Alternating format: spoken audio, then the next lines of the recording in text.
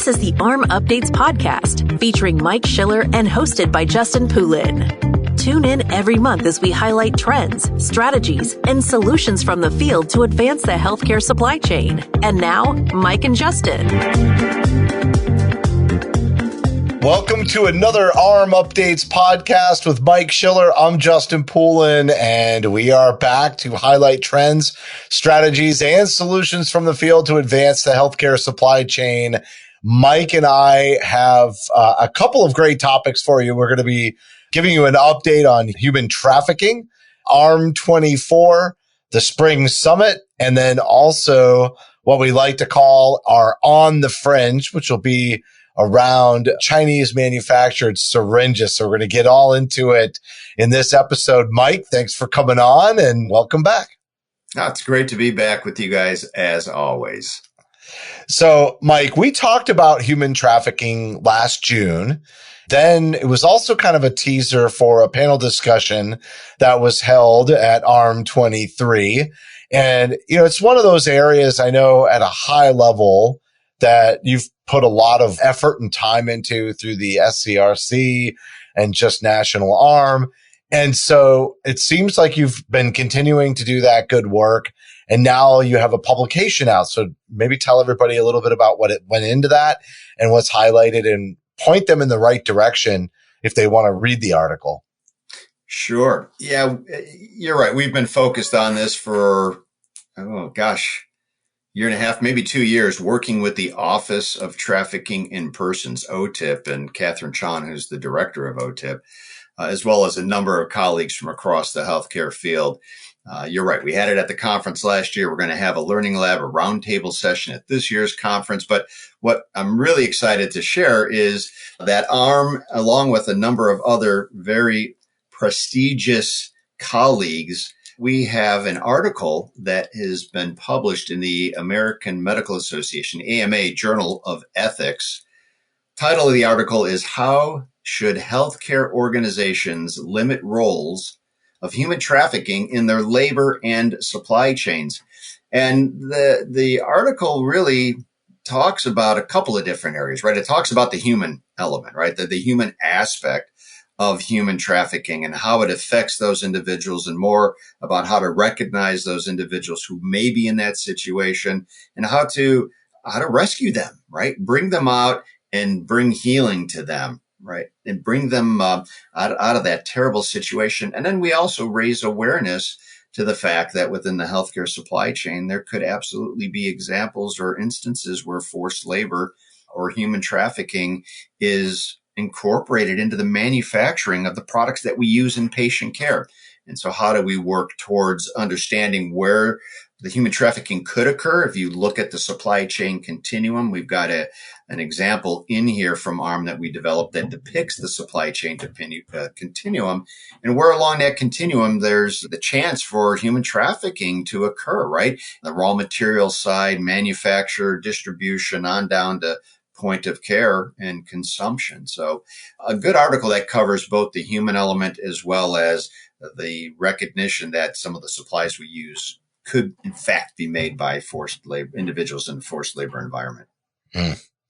I think a lot of more attention on this just in general across the country. I feel like we're taking much more notice of these because I think sometimes people get confused that this also happens domestically. Like a lot of times you just think of the movies and somebody's getting swept away to another country, but that's not always the case. So definitely want to encourage everyone to read that article. Now, maybe onto something a little more upbeat and exciting, which would be AHRMM 24. Mike, registration is now open, and I know you've got some additional communications coming out, but maybe highlight some things as you're reimagining AHRMM as the new executive director. Yeah, we are excited to launch the registration for this year's conference in Columbus. And Columbus is known for its bridges. And we've got a bridge that is our logo. It's the theme of the conference. And what do bridges do? Right? Bridges connect.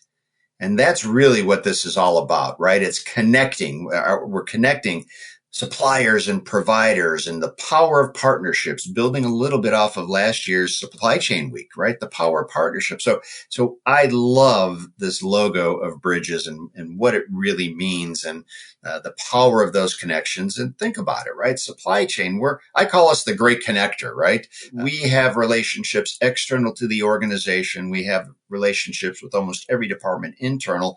And a lot of times we'll see relationships that others may not see, and we can bring those together to bear fruit or to provide benefits that would not otherwise have been recognized. So we're really excited with the content that we have available this year at the conference. It's going to be a great event. We're also highlighting the many benefits of Columbus and what the Chamber of Commerce has shared with us, some of the things to do while in Columbus. Along with the registration, I've got a couple of teasers, right? There's something I'm calling one member pricing, and we're going to have a little bit more information that comes out around that, but we recognize that we had some different pricing schedules out there, and we've eliminated those, and we've got a one member. You're a member of AHRMM, it's one member pricing. Also, for our military partners and colleagues out there, we've got some exciting news to share with them as well. Again, another teaser. More information will be coming out from AHRMM very shortly around the one member pricing and around some of the nice benefits that we're going to be able to offer to our military partners. Well, I'm excited to see everyone in person again. I had a great time at the conference last year. We're going to be there again. We're going to be recording more subject matter expert podcasts from the presenters and folks in person there at the conference. So we kind of double time our content for the last 3 months of the year. And it's because so much is happening when we're all together. Plus, looking forward to a very short flight from my home state of Pennsylvania over to Columbus. That'll be a nice quick one. Easy for me to get in there. Mike, I also know content has been a big focus for reimagining AHRMM, educational content, engaging discussions, looking towards the future. And speaking of looking towards the future, AI or artificial or augmented intelligence. I like to put both A's because you see both applications of AI into that. That was a topic that was very much part of the spring summit, which is now in the books. But if somebody is listening to this podcast and wasn't able to participate live for the spring summit, how can they still reap the benefits as an AHRMM member? Yeah, we are thrilled to have launched this year's Spring Summit. And again, now that it's in the books, we're excited to offer all of the great content that was covered over those 6 sessions spread across the 3 days.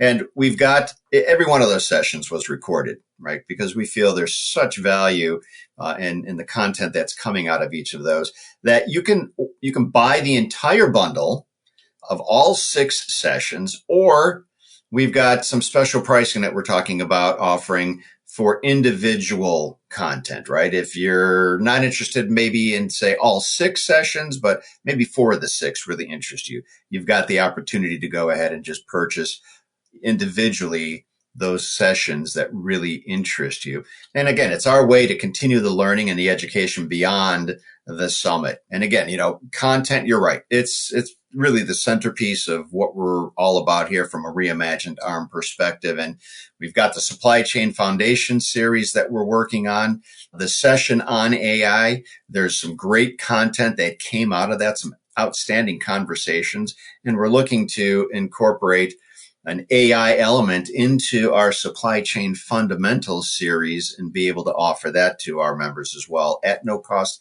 as we have the CMRP and the what and why of the UDI.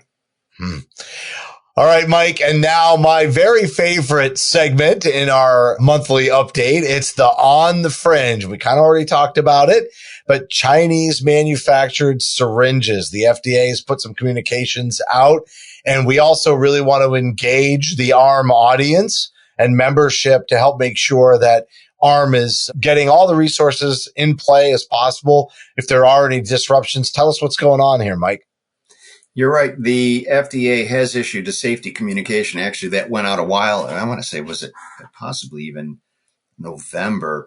But in any event, they issued a safety communication, but they have recently issued 3 warning letters The warning letters went out to Jingzhou Shenlai Medical, Seoul Millennium Medical, and to Medline Industries. They are no longer able to sell those syringes into the U.S. marketplace.